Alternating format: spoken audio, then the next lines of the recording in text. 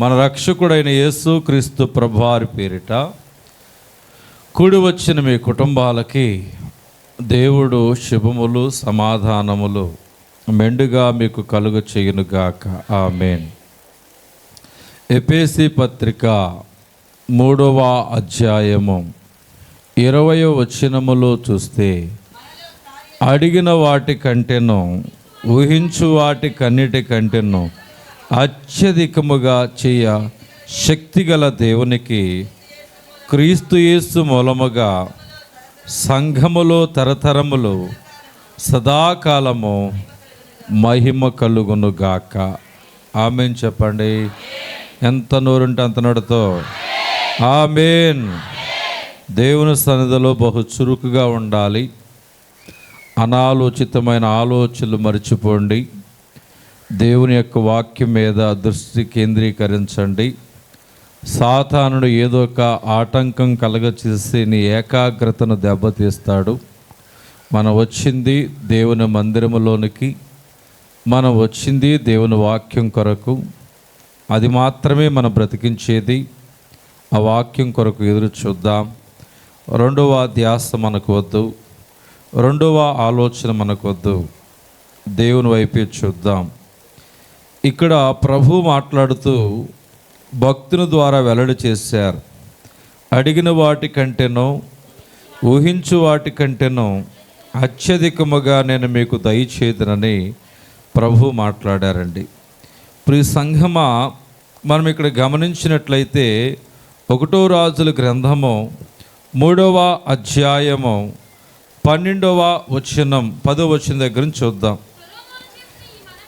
సొలొమోను చేసిన ఈ మనవి ప్రభునకు అనుకూలమాయను గనుక దేవుడు అతనికి ఇలాగునా సెలవిచ్చెను, దీర్ఘాయువునైనను ఐశ్వర్యమునైనను నీ శత్రువుల ప్రాణమునైనను అడగక న్యాయమును అనుగ్రహించుటకు వివేకము అనుగ్రహించమని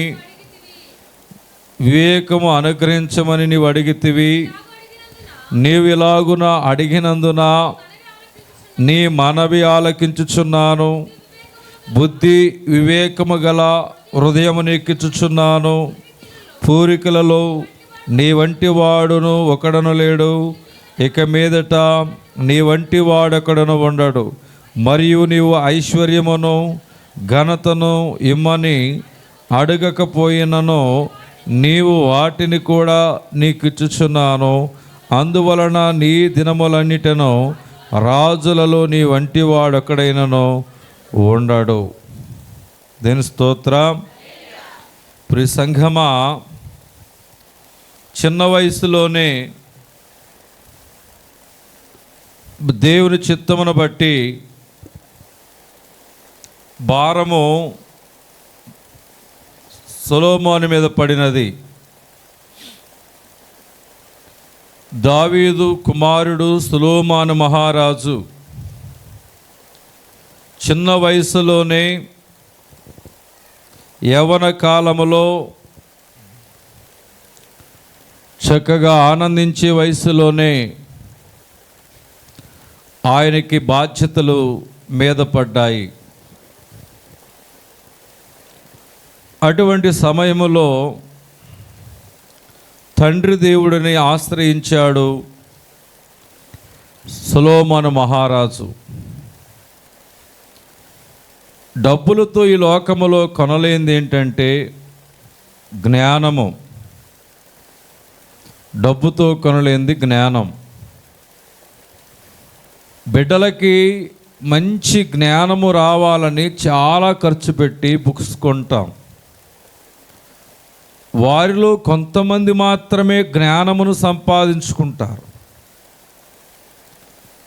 బుక్స్ కొన్నవారందరూ కూడా జ్ఞానము సంపాదించుకోరు. దేవుడు మాత్రమే జ్ఞానం ఇవ్వగలిగినటువంటి దేవుడు. జ్ఞానము కూడా ఒక ఆశీర్వాదమే. డబ్బుతో మనం కొన్ని కొనలేం. సొలొమోను మహారాజు చిన్న వయసులో ఉండగా, అందుకే జ్ఞానము గలవాని ఎదుట చిన్న పెద్ద లేదు అంటారు. దేవుని స్తోత్ర, హల్లెలూయా. జ్ఞానము చేత చెప్పుతున్నప్పుడు పెద్దవారైనను తెలియనప్పుడు వినాలి, చిన్నవారైనను తెలియనప్పుడు తెలియనిది తెలుసుకోవటంలో తప్పు ఏమీ కాదు, తక్కువ ఏమీ కాదు. తెలుసుకునే విషయంలో కొంతమంది తెలుసుకునే విషయంలో కూడా అదేంటో తక్కువగాను నామోషితనముగాను అర్థం చేసుకుంటారు. వాక్యం చెప్తుంది, జ్ఞానము కలిగిన వాడు విని పాండిత్యము చేసుకుంటాడు అని దేవుని యొక్క వాక్యం చెప్తుంది. కాబట్టి మాట్లాడుటకు నిదానించి వారమై ఉండి వినుటకు వేగరము కలిగిన వారముగా దేవుని బిడలమైన మనం ఉండాలి. ఏదైనా ఒక వ్యక్తి మనం చెప్తున్నప్పుడు మంచవని చెడవని ఎవరికి ఉండే ప్రత్యేకత వారికి ఉంటుంది. వారు చెప్పినది పూర్తిగా మనం విన్నాక వారి ఆలోచనలు సగములోనే వారిని తక్కువ ఎస్టిమేషన్ చేయవద్దు. వారి ఆలోచన ఏంటో నువ్వు అర్థం చేసుకున్నాక నువ్వు మాట్లాడు. క్రాస్ ఎగ్జామినేషన్ ఎప్పుడు కూడా చేయవద్దు. దేని స్తోత్రం. దానిని ఏమందురంటే మూర్ఖత్వము అంటారు. ఏమంటారు చెప్పండి? మూర్ఖత్వము. మనము జయించలేనప్పుడు జ్ఞానము చేత ఓడిపోతున్నామనే సమయములో ఆ జ్ఞానము గలవాడు చెప్పే మాటలు సంపూర్తి కాకమునిపే అజ్ఞానము కలిగిన వాడు క్రాస్ ఎగ్జామినేషన్ చేసి ఆ సబ్జెక్ట్ అనేది మరి క్లియర్ కాకుండానే మూర్ఖవాదన చేత దాన్ని అక్కడికే ముగించి వేస్తాడు. దేని స్తోత్రం. ఎప్పుడైతే ఆ క్రాస్ ఎగ్జామినేషన్లోకి మనం వచ్చేస్తామో ఓడిపోతున్నట్లు. దేని స్తోత్రం, దేని స్తోత్రం. కాబట్టి మనం వినాలి. విన్న తర్వాత మనము డెసిషన్ అనేది మనం తీసుకోవాలి. మధ్యలోనే నీవు మాట్లాడకూడదు, అజ్ఞానము అంటారు. దేవుని ప్రియ సంగమా, సొలొమోను మహారాజుకి శాబాదేశి వివరాన్ని పరీక్ష పెట్టింది. దేవుడు నీకు జ్ఞానం ఇచ్చాడంట కదా. ఏ రాజుకు లేని జ్ఞానము ఇశ్రాయేలు దేవుడిని యెహోవా నీకు ఇచ్చాడంట కదా. అది నిజమో కాదని నేను పరీక్షించి తెలుసుకోవాలని దగ్గరకు వచ్చానని అన్నదంట చరిత్ర ప్రకారం. అన్నప్పుడు అవును, నాకు దేవుడు జ్ఞానం ఇచ్చాడు అని చెప్పాడంట. దేవుడు జ్ఞానం ఇచ్చాడు కాబట్టి దేవుడే జ్ఞానం ఇచ్చాడని చెప్పాడు. అప్పుడు ఆమె ఏం చేసిందంట, 2 పుష్పములను తీసుకొచ్చిందంట. 2 పుష్పములను తీసుకొచ్చి నీళ్లు కలిగినటువంటి బౌల్స్లో ఆ 2 పుష్పములను వేసి ఈ రెండిటిలో ఏది నిజమైన పుష్పమో చెప్పమని ఆ యొక్క శాబాదేశి వివరాన్ని చెప్పిందంట. అప్పుడు ఆ యొక్క మాటని మధ్యలోనే ఆయన మాట్లాడకుండా ఆమె చెప్పేదాకా విన్న తర్వాత ఏం చెప్పాలి అని ఆలోచించి మరి ఒక నిరీక్షణ కలిగిన వాడైండి దేవుని సహాయము కొరకు ఎదురు చూచాడు. పరీక్షలో గెలుచుట కొరకై ఆయన మాట్లాడలేదు. దేని స్తోత్రం, దేని స్తోత్రం. నిరీక్షించిన తర్వాత ఈ రెండిట్లో ఏది నిజమైన పుష్పమో చెప్పు, అప్పుడు అది దేవుని జ్ఞానం అని ఒప్పుకుంటానందంట. అలా నిరీక్షణ కలిగి సహనముతో ఎదురు చూస్తూ ఉంటే ఓర్పుతో దేవుడు ఒక తుమ్మెదను పంపాడంట, సీతాకోక చిలకని. నిజమైనటువంటి పుష్పం మీద వాలి మకరందం పీల్చుకుందంట. ప్లాస్టిక్ పుష్పం మీద మరి సీతాకోక చిలక వాళ్ళది కదా. దేని స్తోత్రం, హల్లెలూయా. అప్పుడు ఇదిగో నిజమైన పుష్పము, ఇదిగో ఇది ప్లాస్టిక్ పుష్పం అని చెప్పడం జరిగింది. అలాగున మరి దేవుడు అనేక రీతులుగా ఆయన జీవితంలో నిలబెట్టుకుని జ్ఞానమిచ్చి ఆయన బిడ్డలను పరిపాలించడానికి చక్కటి జ్ఞానం ఇచ్చాడు. ఆయన దేవుని సన్నిధిలోకి వెళ్ళి దేవుడిని అడిగింది ఏమిటి అంటే, నీ ప్రజలను పరిపాలించుటకు, అలాగుననే నీ ప్రజలకు న్యాయము తీర్చుటకు జ్ఞానము కావాలని అడిగాడు, వివేకము కావాలని అడిగాడు ఆయన. దేవుని స్తోత్రం, దేవుని స్తోత్రం. నా దేవా యెహోవా, నా తండ్రి అయిన దావీదునకు బదులుగా 7వ వచనం, నీ దాసుడైనను రాజుగా నియమించున్నావు, అయితే నేను బాలుడను అంటాడు. సొలొమోను మహారాజు ఏమంటున్నాడు? నేను బాలుడను అంటాడు. దేవుని స్తోత్రం. నేను బాలుడను, కార్యములు జరుపుటకు నాకు బుద్ధి చాలదు. ఏదైనా కార్యం చేయాలంటే బుద్ధి అవసరం, ఆలోచన అవసరం, జ్ఞానం అవసరం, చాలదు. నీ దాసులైన నేను నీవు కోరుకున్న జనుల మధ్య ఉన్నాను. వారు విస్తరించినందున వారిని లెక్క పెట్టుటయు వారి విశాల దేశమున తనిఖీ చేయుటకు అసాధ్యము. ఇంత గొప్పదైన నీ జనమునకు న్యాయము తీర్చగలవాడు ఎవడు?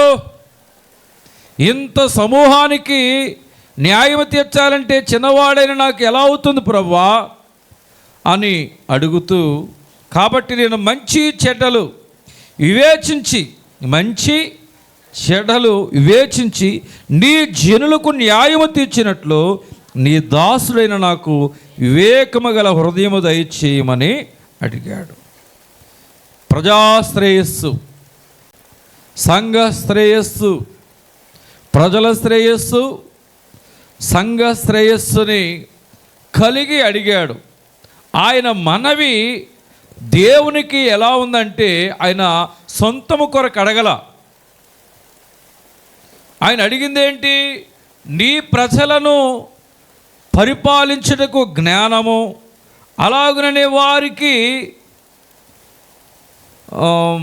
కాబట్టి నేను మంచి చెడ్డలు వివేచించి నీ జనులకు న్యాయము తీర్చినట్లు నీ దాసుడైన నాకు వివేకము గల హృదయము దయచేయము.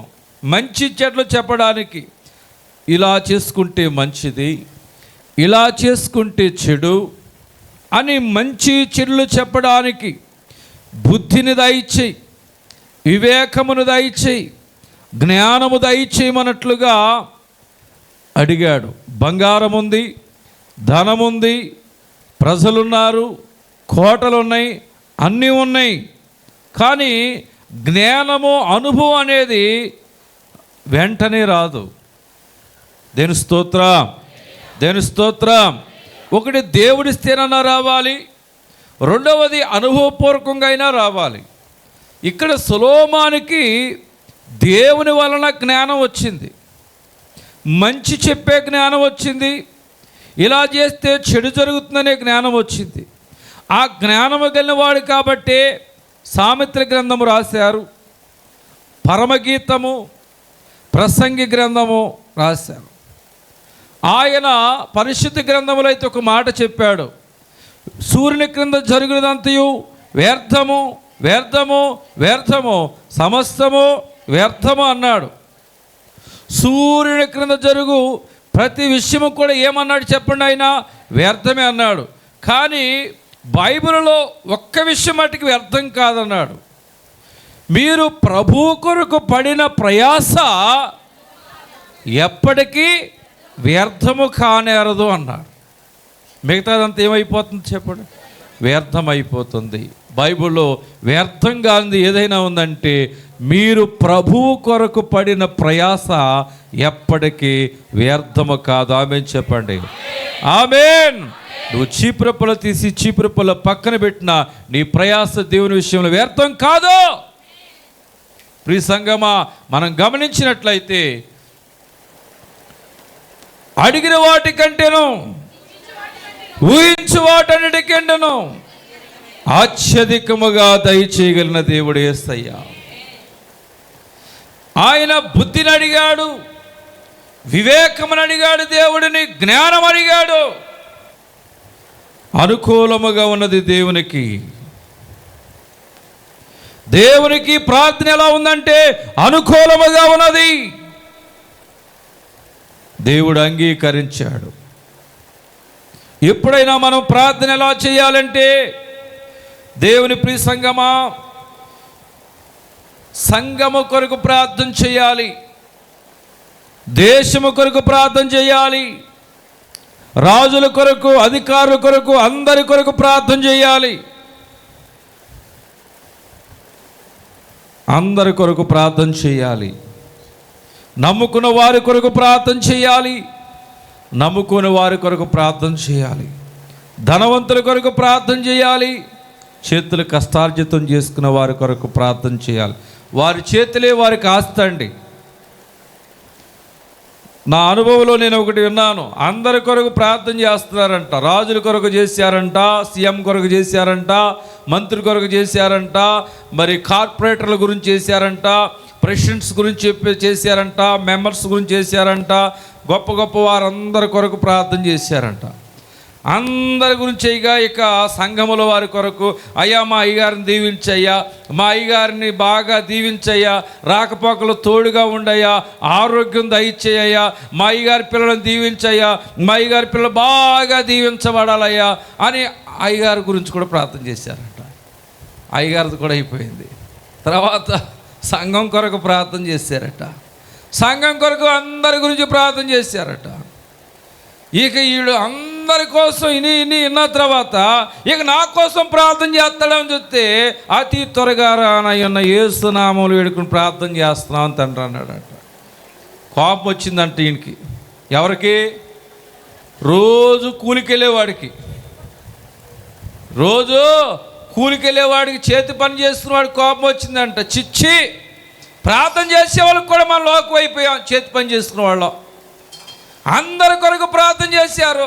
చేతి పని చేసుకుని నా కొరకు ప్రార్థన చేయలేదని బాధపడి మినువులు కాట ఎత్తకు వచ్చి, అయ్యగారు అన్నాడు. ఏంటి బాబు అన్న, ఏంటి ఇంతమందికే చేయమని బైబిల్లో ఉందా, లేకపోతే అందరికి ప్రార్థన చేయమని ఉందా? అందరి కోసం చేయమని ఉంది. మరి మా ఊళ్ళో ఏంటి అందరి కోసం చేసి చేతి పనులు చేస్తున్న వాళ్ళ కోసం ప్రార్థన చేయట్లేదేంటి? దేవుని స్తోత్రం. అయ్యా, ఎవరు మర్చిపోయినా, ఎవరు విడిచిపెట్టినా నిన్ను సృజించిన దేవుడు నిన్ను విడిచిపెట్టడా అని చెప్పాడు. విడిచిపెట్టడు, నువ్వు ధైర్యంగా ఉండని చెప్పావు. ప్రియ సంగమా, ఇక్కడ మనం అడిగిన వాటికంటేనూ దేవుడు ఊహించు వాటికంటే అధికంగా ఇస్తాడు. దేవునికి అనుకూలమైన ప్రార్థన చేయాలి. మనం దేశము బాగుండాలి అని ప్రార్థన చేయాలి. సంఘము బాగుండాలి, కుటుంబం బాగుండాలని ప్రార్థన చేయాలి. అనుకూలమైన ప్రార్థన చేశాడు. ఎవరంటే సొలొమోను మహారాజు. అందరికీ మంచి చెప్పాలి, చెడైతే చెడుని చెప్పాలి. బుద్ధిని దయచేయమన్నాడు, వివేకమును దయచేయమన్నాడు, తెలివిని దయచేయమన్నాడు, జ్ఞానమును దయచేయమని అడిగితే దేవుడు ఏం చేశాడో చూసారా? నీవు ఒక జ్ఞానమును అడిగావు కాబట్టి, నీవైతే ఒక జ్ఞానాన్ని అడిగావు. నీవేమన్నా ఐశ్వర్యం అడుగుతావేమని చూసా. రాజులందరిలో రాజు అవగానే అందరికంటే నేను గొప్ప రాజు అయిపోవాలి అని అడుగుతావేమని చూసా. ఐశ్వర్యం అడగల. తర్వాత నీ శత్రువుల ప్రాణమునైనా అడుగుతావేమో అనుకున్నా. ఇదిగో మా నాన్నము కాలంలో ఉన్నప్పుడు ఇంతమంది శత్రువులు మా నాన్న ఇబ్బంది పెట్టారు. అంతా గుర్తుపెట్టుకున్నా. నీవు చేతి మీద కత్తితో పొడిచావు కాబట్టి గుర్తుపెట్టుకుని మళ్ళీ చేతి మీద కత్తితోనే పొడుస్తా, శత్రువు ప్రాణాన్ని నేను తీస్తా అని అడుగుతాడేమో అని దేవుడు చూశాడు. కానీ సొలొమోను మహారాజు అయితే ఆయన శత్రువు ప్రాణాన్ని అడగల. మళ్ళీ, అయ్యా, చిన్న వయసులో నన్ను రాజుగా చేశావు, నేను యుద్ధానికి వెళ్ళవలసి వచ్చిందనుకో, నాకు చిన్న వయసులోనే ప్రాణం పోయిందనుకో, ఇక నేను జీవితమే చూడలేదయ్యా, నాకు ఎక్కువ కాలం బ్రతికేటువంటి దీర్ఘాయుష్షు దయచేయ్యా అని అడుగుతావేమో. దీర్ఘాయుష్షు అడుగుతావని చూస్తే దీర్ఘాయుష్షును కూడా నువ్వు అడగలేదయ్యా. నువ్వు ఐశ్వర్యం అడగలేదు, శత్రు ప్రాణం అడగలేదు, ఇంకా నీవు దీర్ఘాయువును అడగలేదు. న్యాయములను గ్రహించుటకు వివేకమును అనుగ్రహించమని నీవు అడిగితివి. నీవు ఇలాగున అడిగినందున నీ మనవిని నేను ఆలకించి తిని, బుద్ధి వివేకము గల హృదయము నీకిచ్చుచున్నాను. పూర్వీకులో నీ వంటి వాడు ఒకడను లేడు, ఇక మీదట నీ వంటి వాడు ఒకడను ఉండడు. ఇంకా మరియు నీవు ఐశ్వర్యమును ఘనతను ఇమ్మని అడగపోయినను నేను వాటిని కూడా నీకు ఇచ్చుచున్నాను. అందువల్ల నీ దినములన్నిటిలో రాజులలో నీ వంటి వాడు ఒకడైనను ఉండడు. గట్టిగలు చెప్దాం హల్లెలూయా. రెండు చేతులు గట్టిగలు చెప్పండి హల్లెలూయా. ఎత్తుని చేతులు దేవుడు దీవించునుగాక, ఎత్తుని గొంతులు దేవుడు దీవించునుగాక. చేతులు ఎత్తడం అంటే మనకేంటో తెలుసా? విజయం. ఏంటి చెప్పండి? విజయం. కాబట్టి ఆయన అడిగింది దేవుణ్ణి విజయం. మీరు చూడండి, వివేకం ఒక్కటే. అందరి క్షేమమును కోరి ఆయన వివేకము కలిగి నడుచుకోబట్టి ఇక్కడ మనం గమనించండి, దేవుడు ఆయనకి అడగకపోయినా కానీ ఐశ్వర్యమునిచ్చాడు, అడగకపోయినా కానీ ఘనతనిచ్చాడు, అడగకపోయినా కానీ నీకు ముందర నీ వంటి రాజు లేడు, రాజులలో నీ వంటి రాజు ఇకను ఉండడు. మరియు నీ తండ్రి అయినా దేని స్తోత్రం, నీకు ముందు కానీ నీకు వెనక కానీ నీ వంటి రాజు ఉండనే ఉండడు. అటువంటి రాజుగా నేను నిన్ను ఆశీర్వదిస్తానన్నాడు. ప్రియ సంగమా, సొలొమోనుని దేవుడు బహుగా ఆశీర్వదించాడు. అడిగింది ఒకటి, అడిగిన వాటి కంటేనో ఊహించు వాటి కంటేనో అత్యధికముగా ఆశీర్వదించబడ్డాడు. ఎవరో తెలుసా? సొలొమోను మహారాజు. మీ అందరూ కూడా దేవునికి ఎటువంటి ప్రార్థన చేయాలో తెలుసా? ఈ వాగ్దానమును మన జీవితంలో దేవుడు నెరవేర్చాలని ఆశ మీకుంటే అన్యాయం చేయవాడిని అన్యాయమే చేయనిమ్ము, అపవిత్రుడైన వాడిని అపవిత్రుడిగానే ఉండనిమ్ము, నీతిమంతుడు ఇంకా నీతిమంతుడిగానే ఉండనిమ్ము, పరిశుద్ధుడు ఇంకను పరిశుద్ధుడిగానే ఉండనేమో. ఒదిగో వాని క్రియలు చొప్పున నేను ప్రతివానికి చిరుకుని సిద్ధపరిచిన జీతము నా యొద్ద ఉన్నది. ఓ ఎవరు ఎలా ఉన్నా నీకు అనవసరం.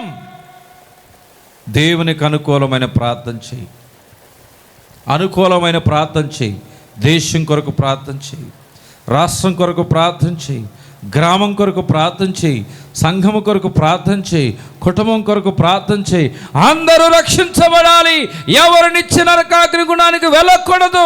ప్రతి ఒక్కరు కూడా రక్షించబడాలి, నిత్యత్వాన్ని సంపాదించుకోవాలి, దేవుని ముఖమును చూచి సంతోషించాలి, ఆనందించాలి అనే ఆత్మల భారం కలిగి నీవు ప్రార్థన చేయగలిగినట్లయితే దేవునికి నీ ప్రార్థన అనుకూలముగా ఉంటుంది. నువ్వు అడిగిన వాటన్నిటికంటే ఊహించు వాటన్నిటికంటే అత్యధికముగా దేవునికి దయచేస్తాడు. ఆమేన్. నువ్వు ఎప్పుడు ప్రార్థన చేసినా సంఘక్షేమం కొరకు ప్రార్థన చేయాలి, సంఘక్షేమం కొరకు ప్రార్థన చేయాలి.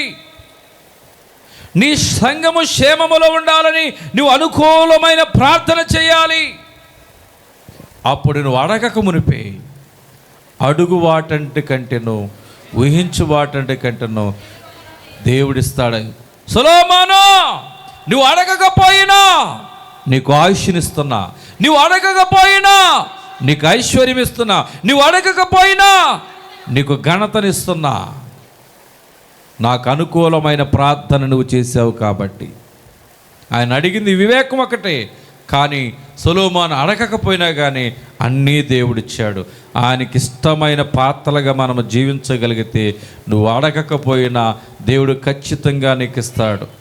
ఆయన బిడ్డగా ఈరోజు నువ్వు అనుకూలంగా మారిపోయినట్లయితే నువ్వు అడగకపోయినా అడిగిన వాటికంటే ఊహించు వాటికంటే ఆశించిన దానికంటే ఎక్కువ నీ జీవితంలో నా యేసయ్య దయచేయబోతున్నాడు. ఆయన బిడ్డగా ఈరోజు నువ్వు అనుకూలంగా మారిపోతున్నావు. నీ జీవితంలో ఆశించిన దానికంటే అధికమైన మేలు దేవుడు కలగజేయబోతున్నాడు. నమ్మిన వారు మాత్రమే ఎంత నోరుంటే అంత నోరుతామని చెప్పండి. నా యేసయ్య ఆశించిన దానికంటే అధికమైన మేలు దేవుడు చేయబోతున్నాడు, చేస్తున్నాడు. ఆమేన్. ప్రియ సంగమా, సొలొమోను గారి జీవితంలో దేవుడు మేలు చేశాడు. రెండవదిగా 1 సమూయేలు గ్రంథము 1 అధ్యాయము 10వ వచనం దగ్గర నుంచి చూస్తే, బహు దుఃఖాక్రాంతురాలై వచ్చి యెహోవా సన్నిధిని ప్రార్థన చేయుచు బహుగా ఏడ్చుచు, సైన్యములకు అధిపతి యెహోవా, నీ సేవకురాలైన నాకు కలిగిన శ్రమను చూచి నీ సేవకురాలైన నన్ను మరువక జ్ఞాపకము చేసుకుని నీ సేవకురాలైన నాకు మగపిల్లలను దయచేసిన ఎడల వాని తల మీదకి క్షౌరపు కత్తి ఎన్నటికి రానియక వాడు బ్రతుకు దినములన్నిటను నేను వానిని యెహోవాకు నీకు అప్పగింతునని మృక్కుబడి చేసుకొనెను. దేవుని స్తోత్రం. ప్రియ సంగమా, ఇప్పుడు మన వాక్య ధ్యానాంశం చెప్పండి. అడుగు చెప్పాలి అందరూ. శబ్దం వెనకమాల నుంచి గట్టిగా రావాలి. చెప్పండి. ఇప్పుడు నలుగురు మాట వినబడుతుంది, వెనకమాల నుంచి గట్టిగా రావాలి. చెప్పండి అందరూ గట్టిగా చెప్పండి. ఇప్పుడు దయచేయునుగాక. ఇప్పుడు ప్రియ సంగమా, ఎల్కానా అనేటువంటి భర్త ఉన్నాడు, ఆమెకు భార్య అన్నమ్మ గారు. సంతానం లేదు. రెండో పెళ్లి చేసుకుంటే పెనిన్నా అనే భార్యని చేసుకున్నాడు, సంతానం కలిగింది. మొదటి భార్యకి సంతానం లేకపోతే రెండో భార్య చేత సూటిపోటు మాటలు ఎక్కువయ్యాయి ఆమెకి. అయినా కానీ ఆమెకి బాధ లేదు. ఆమె బాధ ఏమిటంటే, తోటికోళ్ళు అందరి బాధ లేదు, కానీ ఆమె బాధ ఏమిటంటే, అందరిలాగా నాకు బిడ్డలు లేరేంటి, నేనొక్కదానే గొడ్రాలు అవటం ఏంటి, నాకెందుకు దేవుడు గర్భఫలం ఇవ్వలేదనే బాధ ఉంది. అది ఆమె బాధ, అది ఆమె వేదన, అది ఆమె దుఃఖం. ఎక్కడికి వెళితే నా యొక్క నింద పోద్ది, ఎక్కడికి వెళితే ఈ యొక్క బలహీనత పోతుంది, ఎక్కడికి వెళితే నాకు బిడ్డలు పుడతారు ఆలోచన చేసింది. ఒకటి, దేవాలయంలోనికి వెళితే బిడ్డలు పుడతారు అని ఆలోచన చేస్తే ఎక్కడ ఉందా మందిరం చూస్తే షీలోహు ప్రార్థనా మందిరం ఉంది. ఆ ప్రార్థనా మందిరంలోకి వెళ్ళింది. వాక్యం చెప్తుంది, దేవుని యందు భయభక్తులు కలిగిన వారి కీర్తన 34:9 ఆయన ఏ మేలు చేయక మానడు అని చెప్తున్నాడు. యెహోవా భక్తులారా, ఆయన యందు భయభక్తులు ఉంచుడి, ఆయన యందు భయభక్తులు ఉంచు వారికి ఏ మేలు కొదువై ఉండదు. సింహ పిల్లలైనను ఆకలి కొని ఉండును గాని యెహోవాను ఆశ్రయించు వారికి ఏ మేలు కొదువై ఉండదు. దేవుడిని ఆశ్రయించే వారికి ఏ మేలు కొదువై ఉండదు. ఆయన యందు భయభక్తులు కలిగి ఉండి దేవుని సన్నిధికి వచ్చే వారికి ఏ మేలు కొదువై ఉండదు. ఒకటి, దేవుని మందిరములోనికి వెళితే, ఆయన మందిరములోనికి వెళితే నాకు బిడ్డలు కలుగుతారు. రెండవది, మందిరంలోకి వచ్చి ఏం చేసిందో తెలుసా? ప్రార్థన చేసింది. నీవు నన్ను ఆశీర్వదించి అంది. ఒక్క పొళ్ళిపోతే అర్థం పోతే, ఆశీర్వదించు అనలేదు, ఆశీర్వదించి అంది. అంతేనా? ఏమనుంది అక్కడ? నీవు నన్ను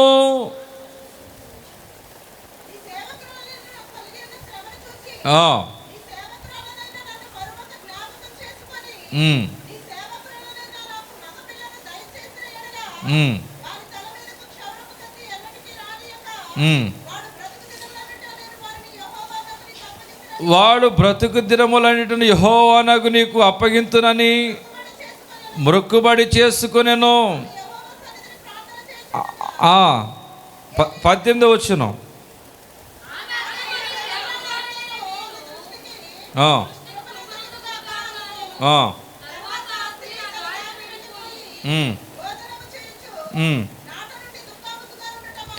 నాట నుండి దుఃఖముఖిగా ఉండటము మానెను. దేవుని స్తోత్రం, దేవుని స్తోత్రం. దేవుని ప్రియ సంఘమా, ఇక్కడ మనం గమనించినట్లయితే యెషయా గ్రంథం 56:7 చూస్తే, యెషయా గ్రంథము, నా ప్రార్థనా మందిరములో వారిని నేను ఆనందింపజేసేదను. నా బలిపీఠం మీద వారు అర్పించు దహన బలులను నాకు అంగీకారమగును. నా మందిరము సమస్త జనులకు ప్రార్థనా మందిరమగును. హల్లెలూయా. ఎలాగొచ్చింది మందిరానికి ఆమె? బహు దుఃఖాక్రాంతురాలై వచ్చింది. కళ్ళలో కన్నీరు, దుఃఖంతో వచ్చింది. అందుకే దేవుడు దుఃఖంతో వచ్చే వారితో మాట్లాడుతున్నాడు.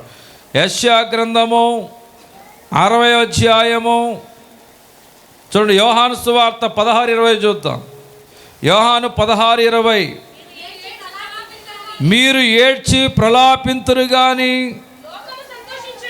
లోకము సంతోషించును, మీరు దుఃఖింతురు గాని మీ దుఃఖము సంతోషముగనని మీతో నిశ్చయముగా చెప్పుచున్నానను. దేవుని స్తోత్రం. మీ దుఃఖం ఏమవుతుందన్నారు ప్రభు? ఇప్పుడు మీరు దుఃఖంతో వచ్చారు కదా, నా ప్రభు మీ దుఃఖాన్ని ఏం చేయబోతున్నాడు చెప్పాలి. ఆమేన్ చెప్పండి. దేవుని మందిరంలోనికి వస్తే దేవుడు ఏం చేస్తాన్నాడు? మిమ్మల్ని ఆనందింపజేస్తానన్నాడు కదా. ఆమేన్ చెప్పండి. మీరు ఏ శ్రమలో, ఏ కష్టముతో ఈరోజు దేవుని మందిరములోనికి వచ్చి ఉన్నారు, నా ప్రభు మిమ్మల్ని ఆనందింపచేయునుగాక. ఏ సమస్య పైన మీరు దుఃఖముతో, తడి కన్నులతో దేవుని యొక్క మందిరానికి వచ్చారో, మీ సమస్యను నా ప్రభువు ముక్క చెక్కలు చేసి, మార్గము సరళము చేసి, మించిన బలవంతుల చేతులుంచి నిన్ను విడిపించి, నీ కన్నిటిని నాట్యంగా మార్చి, నీ దుఃఖ దినములు నా ప్రభు సంతోషంగా మార్చునుగాక. నీ దుఃఖమును సంతోషంగా మార్చునుగాక. ఎన్నాళ్ళు ఉండవు నీ కన్నీళ్ళు? కొంతకాలమే. ఆమేన్ చెప్పండి. నీ దుఃఖముని నేను ఎలా మారుస్తానన్నాడు? దుఃఖముతో వస్తే దేవుడు ఏం చేయబోతున్నాడు? ఎంతగా కష్టాలు అనుభవిస్తావో అంతగా సుఖం అనుభవించి మంచి రోజులు నీ జీవితంలో రాబోతున్నాయి. ఎంతగా కన్నీరు దుఃఖముతో కొట్టుమిట్టాడుతూ వేసారిపోయావో అంతగా నీ నోటి నిండా నవ్వొచ్చే మంచి రోజులు నీకు రాబోతున్నాయి. ఎంతగా మందులు వాడినా తగ్గని అనారోగ్యాలతో బాధపడుతున్న నీ జీవితాన్ని నా ప్రభు స్వస్థతనిచ్చి, ఆరోగ్యమిచ్చి మంచి రోజులు నీ జీవితంలో రాబోతున్నాయి. ఎంతగా కరువుతో కొట్టుమిట్టాడుతూ లేని పరిస్థితుల్లో గుంటలో త్రొక్కబడి ఉన్నావు, నా యేసయ్య నిన్ను చూచాడు, నిన్ను ప్రేమించాడు. నీ దుఃఖమును, కన్నీటిను, వేదన కలిగిన నీ పరిస్థితులన్నిటినీ ఆయన దర్శించాడు. పడిపోయిన నీ జీవితాన్ని దేవుడు లేవనెత్తబోయే మంచి రోజులు రాబోతున్నాయి. ఎత్తైన స్థలంలో నిలబెట్టబోయే మంచి రోజులు రాబోతున్నాయి. విజయోత్సవంతో ఊరేగించబోయే మంచి రోజులు నా ప్రభు నీకు దయచేయుచున్నాడు. నమ్మిన వారు మాత్రమే నిశ్చయముగా నీ దుర్దశను నా ప్రభు మార్చివేయునుగాక. ఆమేన్. ప్రియ సంఘమా, ఏడుస్తూ వచ్చింది మందిరంలోకి. ప్రభు అదే చెప్పారు, మీరు మందిరంలోకి వస్తే మిమ్మల్ని నేను ఆనందింపజేస్తాను. మీరు నా మందిరములో దుఃఖపడితే మీ దుఃఖాన్ని నేను సంతోషంగా మారుస్తాను. విశ్వాసముతో ఆమె ప్రార్థన చేసింది. నీవు నన్ను ఆశీర్వదించనొచ్చు, కృపతో జ్ఞాపకము చేసుకోమని అనొచ్చు. విశ్వాసంతో దేవుడిస్తాడని ప్రార్థన చేసింది. ఆమె కన్నీళ్లు దేవాలయంలో బహు దుఃఖాక్రాంతురాలై కన్నీరు విడిచింది. కన్నీళ్ళు విడుస్తూ అడుగుతుంది, అయ్యా నాకు ఒక మగబిడ్డను దయచేయి. ఆ మగబిడ్డను దయచేస్తే వాని తల మీదకి ఎన్నటికి క్షౌరపు కత్తి రానియను, వాడు బ్రతుకు దినములన్నిటిను వానిని నేను యెహోవానగు నీకు అప్పగిచ్చేస్తా. ఆమె ఏమంటుందో చూసారా? నాకు గొడ్రాలని నిందను కొట్టివేయి, నా జీవితంలో గొడ్రాలని నిన్ను కొట్టివేచాలు, నాకు మగబిడ్డను దయచేయి, ఆ పుట్టిన బిడ్డని యెహోవా నాకు నీ సన్నిధిలో నీ పనికి అప్పగిచ్చేస్తా. ఇది నా మొక్కుబడి. నాకు మగబిడ్డను దయచేయి అంతే, నా నిందను కొట్టివేయి అంతే, నాకు బిడ్డొద్దు. ఆ పుట్టిన బిడ్డని నీకు నీ సేవకి ఉపయోగార్థముగా నీకు అప్పగించేస్తా. ఇది నా మొక్కుబడి అని ఏడ్చి ఏడ్చి ఏడ్చి కన్నీరు కార్చి అడిగింది. నీవు కార్చే కన్నీరు బయట విలువ లేకుండా పోతాయి. దేవాలయంలో కార్చే నీ కన్నీరు అవి ఎక్కడ దాయపడతాయి చెప్పండి? కవిలలో దాయపడతాయి. ఆయన బుడ్డిలో దాస్తాడు. నీ కన్నీటికి విలువ కడతాడు. కన్నీటితో విత్తువాడు. నువ్వు ఎంతగా కన్నీటి ప్రార్థన చేస్తావో అంతగా సంతోషగానముతో పంటను కొయ్యబోతున్నావు. ఆమేన్. ప్రార్థనలో కన్నీరు విడిచి ప్రార్థన చేయటం నేర్చుకోవాలి. మనకు తెలిసిన ప్రార్థన ఏంటో నేను చెప్తానండి. కంగారుగా మందిరానికి రావటం ప్రార్థన అంట. అనగానే మీరేమంటారు? నాలాగానే నీరసంగా అంటారు. దేని స్తోత్రం, ఆమేన్ అంట. మీరు కూడా నాలాగా నీరసంగా కళ్ళు తెరుస్తారు. దేని స్తోత్రం. ఇక అమ్మగారు ముగింపు ప్రార్థన చేస్తారు. ఇక ఎప్పుడు వెళ్ళి ప్రార్థన చేయించుకుందామా, ఎప్పుడు పరిగెడదామా? ఎప్పుడు మీరు కన్నీటి ప్రార్థన చేసేది? ఎప్పుడండి? అసలు దేవాలయంలోకి వచ్చి మీరు కన్నీటి ప్రార్థన చేసేది ఎప్పుడు? వాక్యం చెప్పినంతసేపు వాక్యం వింటున్నారు, ప్రార్థనలో కళ్ళు మూసుకుంటున్నారు, ఆమెనంటే తెరుస్తున్నారు, ప్రార్థన చేయించుకున్నారు, తుపాకి దెబ్బ కూడా దొరకకుండా పారిపోతున్నారు. ఎప్పుడు మన కన్నీరు విడిచి ప్రార్థన చేసేది చెప్పండి? దేని స్తోత్రం. కన్నీరే మనిషిని బాధిస్తుంది, ఆ కన్నీరే మనిషిని ఓదారుస్తుంది. కన్నీరే మనిషిని బాధిస్తుంది, ఆ కన్నీరే మనిషిని ఓదారుస్తుంది. కన్నీరే కాదనుకుంటే ఓదార్పే కరువైపోతుంది. కన్నీరే కాదనుకుంటే ఓదార్పే కరువైపోతుంది. కన్నీరే వలదనుకుంటే అవుతుంది. కన్నీరే మనిషిని బాధిస్తుంది, ఆ కన్నీరే మనిషిని ఓదారుస్తుంది. కన్నీరే మరియను బాధించింది, ఆ కన్నీరే మరణము గెలిపించింది. పాడాలి.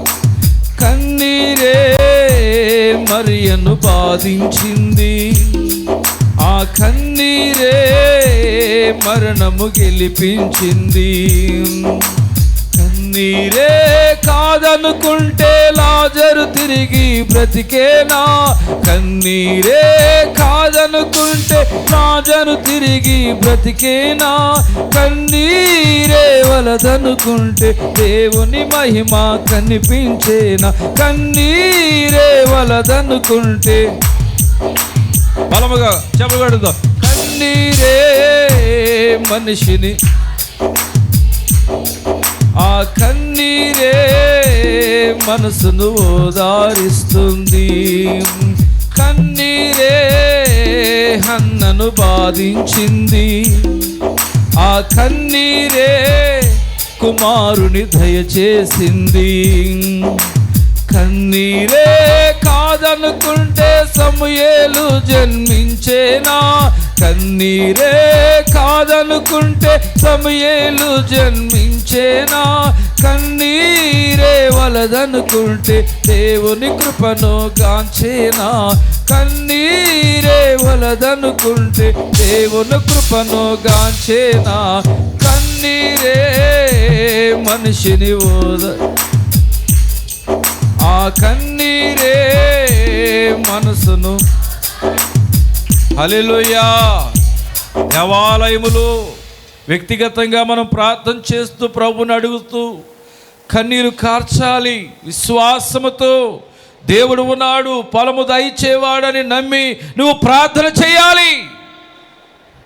కన్నీటితో ప్రార్థన చేస్తే ప్రభు కరిగిపోతాడు. ఆమె కన్నీటి ప్రార్థన చేస్తాయా, నాకు పుట్టే బిడ్డ కూడా నాకు వద్దు, నాకు నింద కొట్టువే. ఆ బిడ్డ పుడితే యెహోవానగు నీ సన్నిధులు విడిచిపెట్టేస్తా, యెహోవానగు నీ సన్నిధులు విడిచిపెట్టి వేస్తా, నాకు సంతానం దయచేయి. ఏడ్చి ఏడ్చి ఏడ్చి వేసారిపోయింది, తల్లడిల్లిపోయింది. ఇక ప్రార్థన అయిపోయింది. ప్రార్థన అయిపోయాక ఆమె చూడండి దేవుని ప్రియ సంగమా, బయటకు వచ్చేసి తన ఇంటికి మరి దైవజనుడి దగ్గర దీవుని పొందుకొని ఇంటికి వెళ్ళిపోయి చక్కగా భోజనం చేసి ఆమె ఆనాటి నుంచి దుఃఖముఖిగా ఉండటం మానివేసింది. బిడ్డల పుట్ల ఇంకా ఇక ఏడవటం మానేసింది. దేవాలయంలో ఏడ్చింది, ఇక ఏడవటం మానేసింది. ఇంటికి వచ్చి సంతోషంగా ఉంటుంది. ఎందుకంటే మందిరములోకి వెళ్ళాను, కన్నీటితో ప్రార్థన చేశాను, విశ్వాసంతో అడిగాను. నా దేవుడు నా యొక్క ఉపవాసాన్ని చూశాడు, ఖచ్చితంగా నాకు మేలు చేస్తాడు అని నమ్మేసింది. అంతే. ఇక నమ్మేసి ఆమె ఎలాగుంటుంది? దేవునికి జ్ఞాపన చేసింది కానీ ఆమె ఎలాగుంటుంది? సంతోషంగా ఉంటుంది. ఏదో ఒక రోజు నాకు ఇస్తాడు దేవుడు, ఏదో ఒక రోజు దేవుడు ఇస్తాడు నాకు అని సంతోషంగా ఉంది. దేవుడు ఒక దినాన ఆమె యొక్క గర్భము తెరిచాడు, సంతానంగా సమూయేలునిచ్చాడు. కొన్ని దినాలకి ఆయన తీసుకొచ్చి సమూయేలుని పేరు పెట్టించి ఆ కుమారుడిని దేవాలయములో దేవుని పరిచర్య కొరకు ఆమె విడిచిపెట్టి వెళ్ళిపోయింది. ఏటేటా వచ్చి తన కుమారుని చూసి వెళ్ళింది కానీ కుమారుని మట్టికి ఇంటికి తీసుకెళ్ళా. గట్టిగా చెప్తా హల్లెలూయా. చూసారా దేవుని ప్రియ సంగమా, అన్న ప్రార్థన సమర్పణతో కూడినదిగా ఉంది.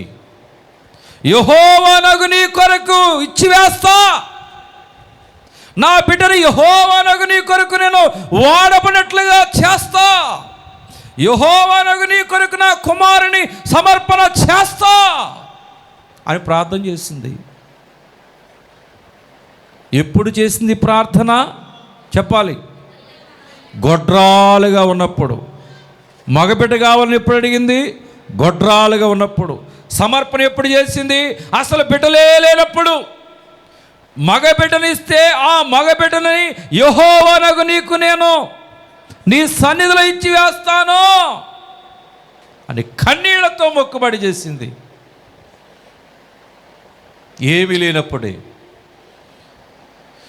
యెహోవానగు నీ కొరకు ఇచ్చి వేస్తా, నీ కొరకు వాడబడేదట్టు ఇచ్చి వేస్తా, నీకు సమర్పించి వేస్తా అని ప్రార్థన చేసింది. కొంతమందికి కన్నీటి ప్రార్థన రాదు కానీ ఎదుటివానికి కన్నీళ్ళు మట్టికి బలి తెప్పించగలరండి. దేవుని స్తోత్ర. వారి మట్టికి కన్నీళ్ళు మట్టికి కాచరు. ఎదుటివానికి మట్టికి ఏం తెప్పిస్తారు? కన్నీళ్ళు తెప్పిస్తారు. మరి అమ్మా అందరూ కన్నీటి ప్రార్థన చేయండి అమ్మా అంటే, అయ్యా నాకేంటో కన్నీటి ప్రార్థన రావటం లేదయ్యా, ప్రార్థన చేయండి నా కోసం, కన్నీటి ప్రార్థన వచ్చేటట్టు అని ఉపవాసాల్లో చెప్తారు. ఆ అమ్మాయి తన రక్త సంబంధికులను ఇల్లు కట్టుకున్నారు, వచ్చింది. ఏమి ఇల్లు కట్టుకోలేదు, ఆ ఇల్లు కట్టుకుంది. ఇక చూడండి, ఎందుకక్క ఏడుస్తున్నా అంటే, అయ్యా నాకేంటి ఈ మధ్య నవ్వుతుంటే కళ్ళాడి నీళ్ళు వస్తున్నాయి అయ్యా. దేవుని స్తోత్ర. ఓహో ఇట్ట కూడా కవర్ చేసుకోవచ్చా అనిపించింది నాకు. దేవుని స్తోత్ర. అంటే ఇటువంటి రోగం కూడా ఒకటి ఉందా? నవితో కూడా కళ్ళంట నీళ్ళు వచ్చే రోగం కూడా ఒకటి ఉందా? దేవుని స్తోత్ర. వ్యర్థమైన చోట విలువైన కన్నీరు కార్చమాక, జ్ఞానము కలిగిన కన్నీటిను ప్రతి పనికిమాల వాని ఎదుట, ప్రతి పనికిమాల స్థలము దగ్గర విలువ కలిగినటువంటి ముత్యాల కంటే విలువైంది నీ కన్నీరు. ప్రతి పనికిరాని చోట నీ కన్నీరు కార్చమాక. విలువ కట్టబడినటువంటి దేవుని సన్నిధిలో నువ్వు కన్నీరు కార్చగలిగితే నీ కన్నీటికి తగ్గ ప్రతిఫలము నా దేవుడు ఖచ్చితంగా నీకు ఇస్తాడు. ఖచ్చితంగా నువ్వు కోయగలుగుతావు. ఆమేన్ చెప్దాం. నమ్మిన వారు చెప్పులు కొట్టండి. సంతోషంతో మీరు పంటను కోస్తారు. ఆమేన్ చెప్దాం. ఆమేన్. ఆమె కన్నీరే కదిలించింది దేవుణ్ణి. దేవుడు బిడ్డనిచ్చాడు. ఒక బిడ్డని దేవునికి ఇస్తే తర్వాత 3 మగబిడ్డలని 2 ఆడబిడ్డలను దేవుడిచ్చాడు. ఇప్పుడు నేను మీకు ఏం చెప్తానంటే, ఇప్పుడు నీకు ఇల్లు లేదు. దేవుడు వాక్యం చెప్తుంది, అడిగిన వాటికంటేనో ఊహించు వాటికంటేనో అత్యధికముగా దయచేస్తానన్నాడు. నువ్వేం చేయాలంటే, ఇల్లు లేని నువ్వు అసలు ఇల్లే లేదు, ఇళ్ళ స్థలం లేదు నీకు. అయ్యా నాకు ఇళ్ళ స్థలం లేదు, ఇల్లు కూడా లేదు, నాకు బిల్డింగ్ కావాలి, ఇళ్ళ స్థలం లేదు, నా ఇళ్ళ స్థలము కానీ నా బిల్డింగ్ కానీ నీ పని కొరకు నేను వాడతానయ్యా, నాకు ఇల్లు దయచే, ఇళ్ళ స్థలం దయచే అని ప్రార్థన చేయి. వాహనం లేదు నీకు, అయ్యా నాకు వాహనము నువ్వు ఇచ్చినట్లయితే ఆ వాహనాన్ని నీ కొరకు వాడతాను. ట్రాక్టర్ లేదు నీకు, అయ్యా నాకు ట్రాక్టర్ ఇచ్చినట్లయితే నీ సేవ కొరకు వాడతాను అని ప్రార్థన చేయి. నీకు పొలమే లేదు, నీకు సెంటు భూమి లేదు, ఏం ప్రార్థన చేయాలి?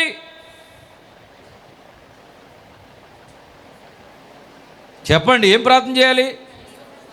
నీవు గనక నాకు పొలమునిచ్చినట్లయితే నీ సేవ కొరకు నా పొలమును చెప్పాలి ఉపయోగిస్తాను అని ప్రార్థన చేయాలి. హల్లెలూయా. మన మిథ్యాపురంలోనే మన సంఘ బిడ్డలే పొలము లేని సమయంలో అనుకున్నారట, ఆ పొలము గనక కొనుక్కోగలిగితే మొట్టమొదటి పంట వచ్చిన ఆదాయం అంతా దేవునికి నేను ఇచ్చి వేస్తాను. పొలం కొనక మునుపు ఆయన అనుకున్న మాట అంట. మొన్న పండగ, క్రిస్మస్ పండగల్లో హల్లెలూయా 2 చేతులు గడి చెప్పండి. ఆయన అనుకున్నది పొలం లేనప్పుడు అనుకున్నాడంట, ఆ పొలము పండగ వచ్చిన మొట్టమొదటి పంట అంతా నేను దేవునికి ఇచ్చేస్తాను, నాకు పొలం కనుక దేవుడిస్తే అన్నాడంట. దేవుని కృపను బట్టి దేవుడు నమ్మదగిన వాడు, అడిగి తెచ్చాడు. పొలం కొనుక్కున్నారు.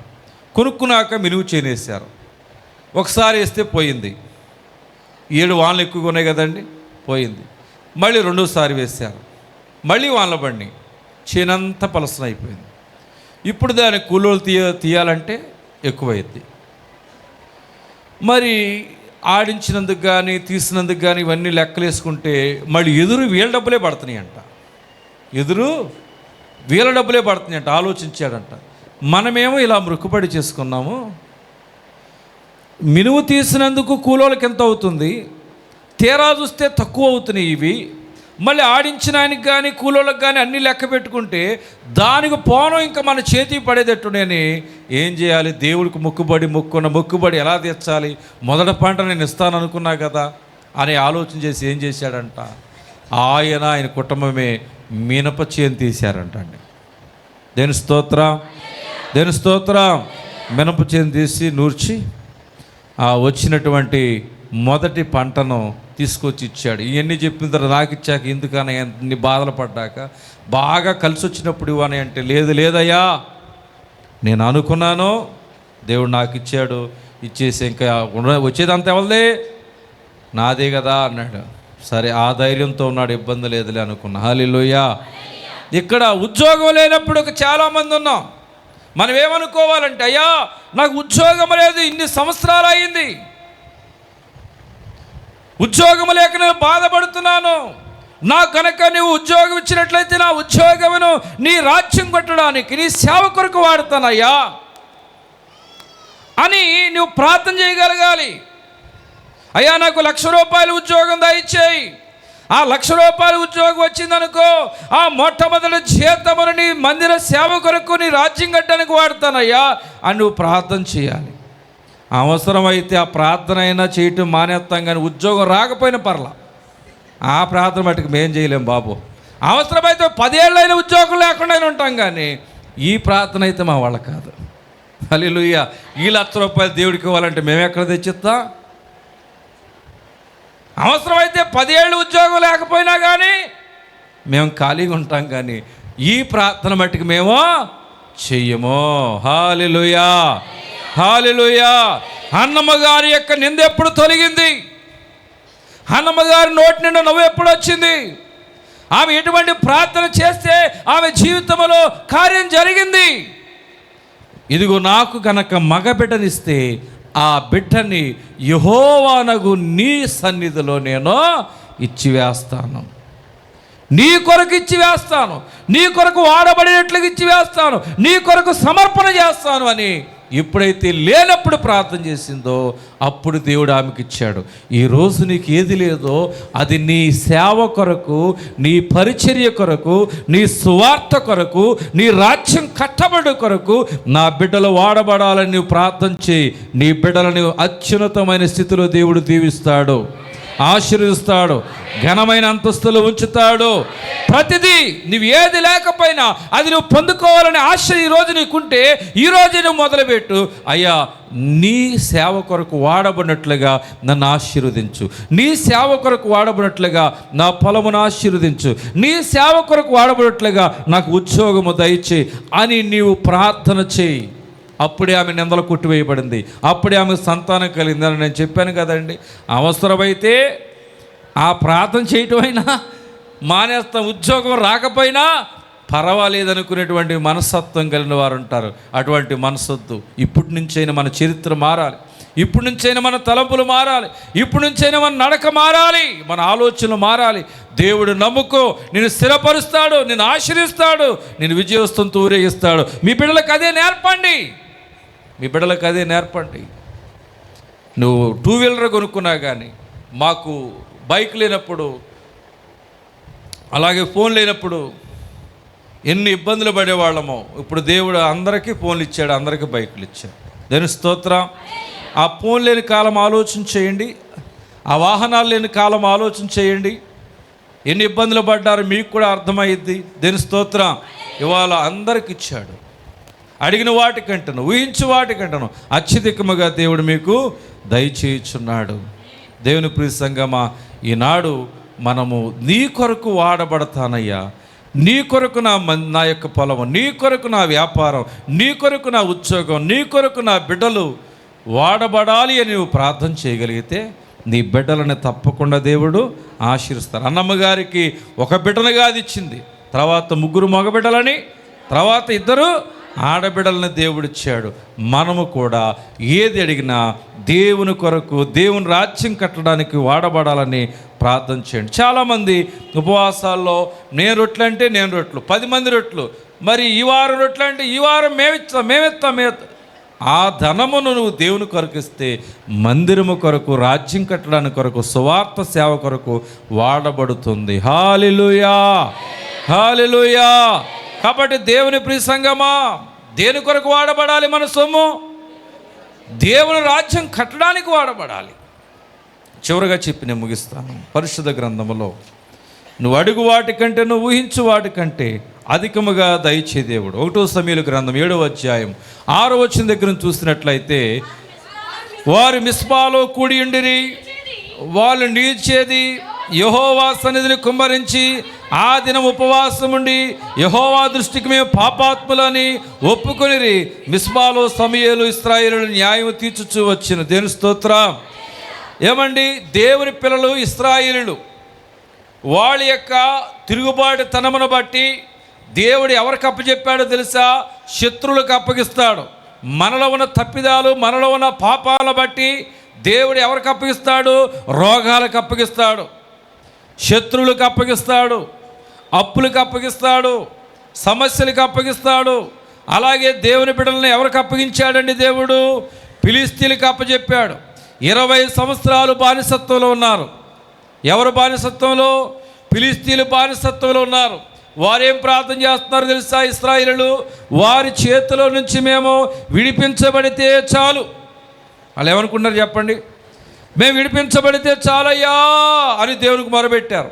అక్కడ వారు దైవజనుడు ఎవరు? న్యాయం తీర్చేవాడికి ఉన్నవాడు ఎవరంటే సమూయేలు ప్రవక్త.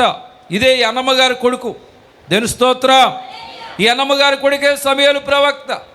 ఆయనే ఉన్నాడు అక్కడ, గొప్పవాడయ్యాడండి. అదండి, ఎప్పుడైనా కానీ ఆలస్యంగా పుట్టే బిడ్డలు ఎప్పుడు కూడా గొప్పవారు అవుతారు. ఆమెన్ చెప్పండి, ఆమెన్. ముందుగా పుట్టాడు ఆయన ఎవరికి పుట్టాడు? ఎల్కానాకి, పెనిన్నాకు పుట్టాడు. పేరు చెప్పండి.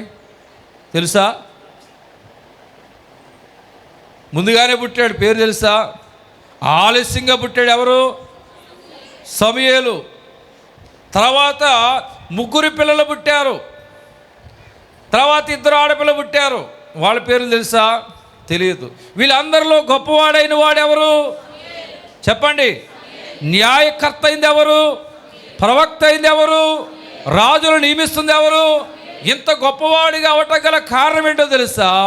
ఆయన దేవుని కొరకు వాడబడ్డాడు కాబట్టి చచ్చిపోయినా కానీ ఇప్పుడు మన మధ్యలో బ్రతుకున్నాడు. హల్లెలూయా. దేవుని పరిచర్య చేసేవాడు ఎప్పటికీ కూడా ఘనమైన స్థితిలో ఉంటాడు. ఒక మంచి పేరు దేవుడిస్తాడు. వాడికి జీవితంలో చావు ఉండదు. జీవితంలో చావు ఉండదు. ఒకటి ఆధ్యాత్మికంగా, రెండవది శారీరకముగా. వారి పేరుకి ఏముండదు చెప్పండి?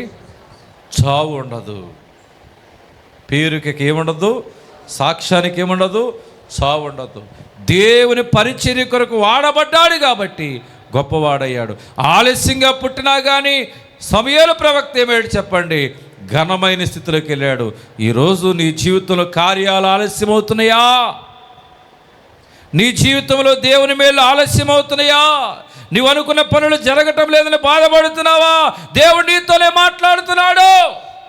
నీ జీవితంలో నా ప్రభువు ఘనమైన కార్యాలు దేవుడు జరిగించబోతున్నాడు. నోటి నిన్ను నవ్వు దయచేయబోతున్నాడు. విజయోత్సవంతో నిన్ను ఊరేగించబోతున్నాడు. బలముగా బలముగా. ఎంత నోరుంటే అంత నోరు తామేం చెప్తాం. ఆమేన్. ఆలస్యమైందని నువ్వు బాధపడద్దు. అన్నమ్మ గారికి ఆలస్యమైంది, దేవుడిచ్చాడు. అలాగే వీరు బాధల్లో ఉన్నారు, కష్టాల్లో ఉన్నారు. ఇశ్రాయేలీయులు 20 సంవత్సరాలు బట్టి, ఎన్ని సంవత్సరాలు చెప్పండి? 20 సంవత్సరాలు బట్టి, ఎన్నో సంవత్సరాల బట్టి అనుభవిస్తున్న ఈ రోగమును నా ప్రభు నయించేయునుగాక, విడుదల దయచేయునుగాక, కోర్టు కేసు నుంచి విమోచించునుగాక, భూ తగాదా నుంచి విడుదల దయచేయునుగాక. ప్రియ సంఘమా, 20 సంవత్సరాలు బట్టి ఫిలిష్తీయుల చేతిలో నలిగిపోతున్నారండి. విడుదల లేదు. అయ్యా మేము విడిపించబడితే చాలయ్యా, విడిపించబడితే చాలయ్యా అని ప్రార్థన చేశారు. సమూయేలు ప్రవక్త చెప్తే సమూయేలు ప్రవక్త దేవునికి ప్రార్థన చేశాడు. ప్రార్థన చేశాక దేవుడు ఏం చేశాడో చూసారా? గొప్ప ఉరుములు ఉరిమించాడు. ఫిలిష్తీయులైన వారు ఇశ్రాయేలు మీదకి దండెత్తొచ్చినప్పుడు, ఇశ్రాయేలు వారిని హతము చేయాలని చూసినప్పుడు దేవుని బిడ్డలని ఫిలిష్తీయుల దగ్గర దేవుడు గొప్ప శబ్దముతో ఉరుములు ఉరిమించగానే వారిని తరుమువారు. చూడండి, ఉరుములు ఉరమగా ఏమైందో తెలుసా? అక్కడ వారు ఒకరికి ఒకరు తారుమారైపోయారంటండి. చూడండి, ఆ 1వ సమూయేలు గ్రంథము 7వ అధ్యాయంలోనే కింద వచ్చినాం.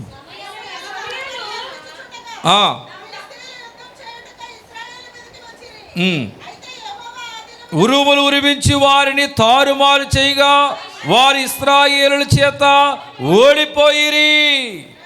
దేవుని స్తోత్రం. ఓడిపోయారంటండి. తర్వాత ఆ యొక్క 12వ వచనం కూడా చూసినట్లయితే 20 సంవత్సరాలుగా ఫిలిష్తీయులైన వారిని జయించలేకపోయారు ఇశ్రాయేలీయులు. దేవుడు వారికి ఫిలిష్తీయుల మీద ఏమిచ్చాడు చెప్పండి? జయమిచ్చాడు. జయమిచ్చాడు. మొదటిగా అడిగిన దానికంటే, ఊహించిన దానికంటే దేవుడు ఏమిచ్చాడు చెప్పండి?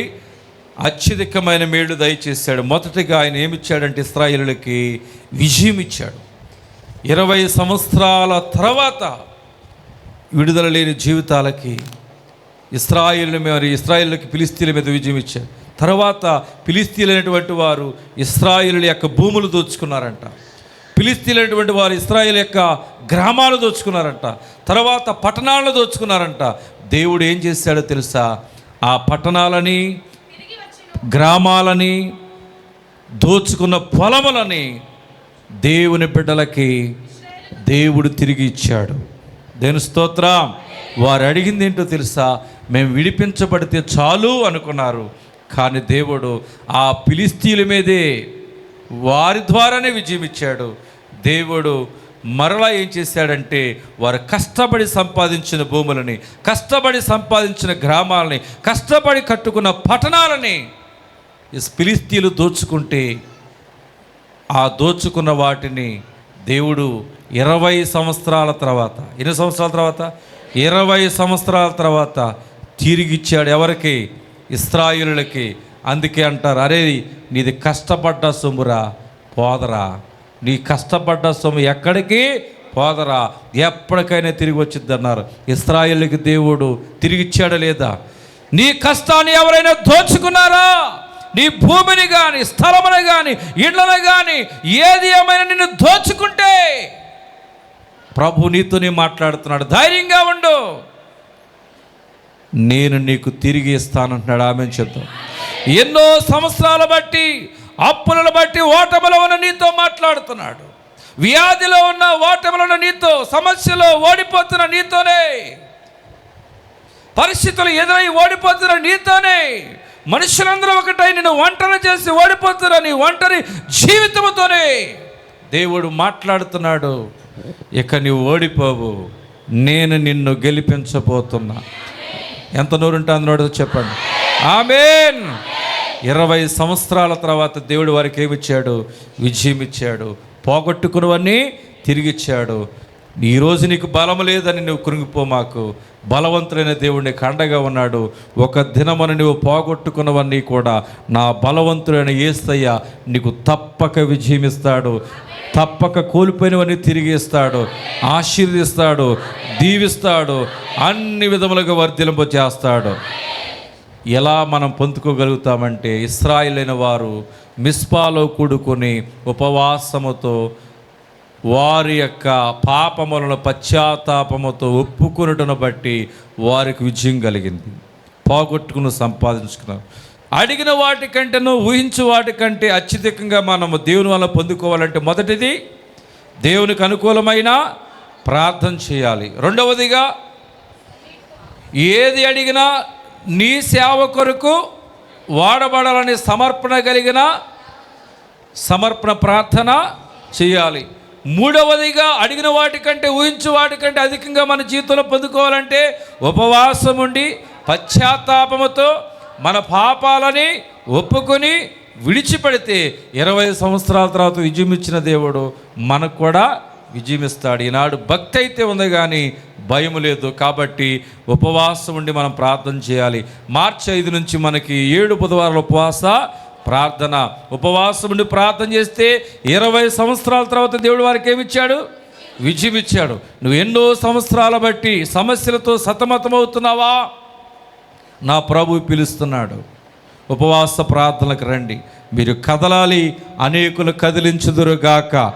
మీ కుటుంబాలు కదులునుగాక. అనేక కుటుంబాలను కదిలించే కుటుంబాలుగా దేవుడు ఈ కుటుంబాలు మార్చునుగాక. ఉపవాస ప్రార్థన ద్వారా 20 సంవత్సరాల సమస్య విడుదల కలిగింది. ఓడిపోతున్న వారికి విజయం కలిగింది. కోల్పోయిన వాటిని సంపాదించుకోగలిగారు. నువ్వు కూడా ఉపవాస ప్రార్థన చేయండి. పాపాలు ఒప్పుకోండి, పశ్చాత్తాపంతో విడిచిపెట్టండి. ఎన్నో సంవత్సరాలు బట్టి ముందుకు జరిగినటువంటి సమస్యలని నా ప్రభు యేసయ్య ఏం చేస్తారంటే నీ సమస్యలకు పరిష్కార మార్గమును చూపెడతాడు. ఒక నూతనమైనటువంటి మేలులు మీ జీవితంలో నా ప్రభు జరిగించునుగాక. మునిపెన్నడు వినని వార్తలను దేవుడు నీకు వినిపించునుగాక. మునిపెన్నడు చూడని మార్గాలు నా ప్రభు నీకు చూపించునుగాక. అడిగిన వాటికంటే ఊహించు వాటికంటే అధికముగా నా ప్రభు మీ కుటుంబాల్లో, మీ బిడ్డల జీవితాల్లో, మన సంఘాల్లో దేవుడు దయచేయునుగాక. ప్రార్థన.